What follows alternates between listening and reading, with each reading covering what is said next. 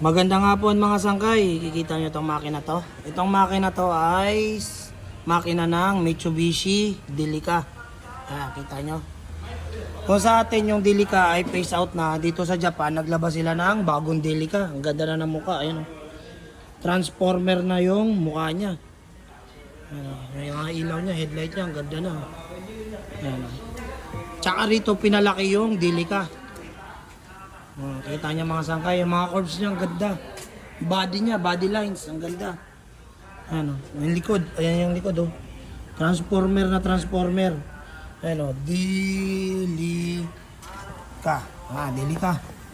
Ayan, likod oh. Ayan. Tapos tingnan natin yung loob niya. Yung loob niya mga sangkay, ganda. Ayan, yung mga panel gauge niya, kita niya mga sangkay oh. Ang ilaw, ang ganda. Sa loob. Upuan, comfort seat mga sangkay. Ano? Ganda ng upuan. Taas ang likod, spacious mga sangkay. Likod oh. Ang laki ng likod. Nakita nyo. Ano? Mga ilang sakay nito. 1, 2, 3, 4, 5, 6, 7, 8, 9, 10. Mga 10 katao, kasyang-kasyo.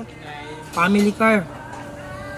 Ngayon lang mga sangkay, kung nagustuhan nyo mga ganitong content, follow nyo lang po ako sa aking Facebook account, ganun din po sa aking YouTube channel, Makoy Vlogs TV, para masundan nyo pa po yung mga susunod kong i-upload. Yun lamang po mga sangkay, maraming salamatan, God bless po.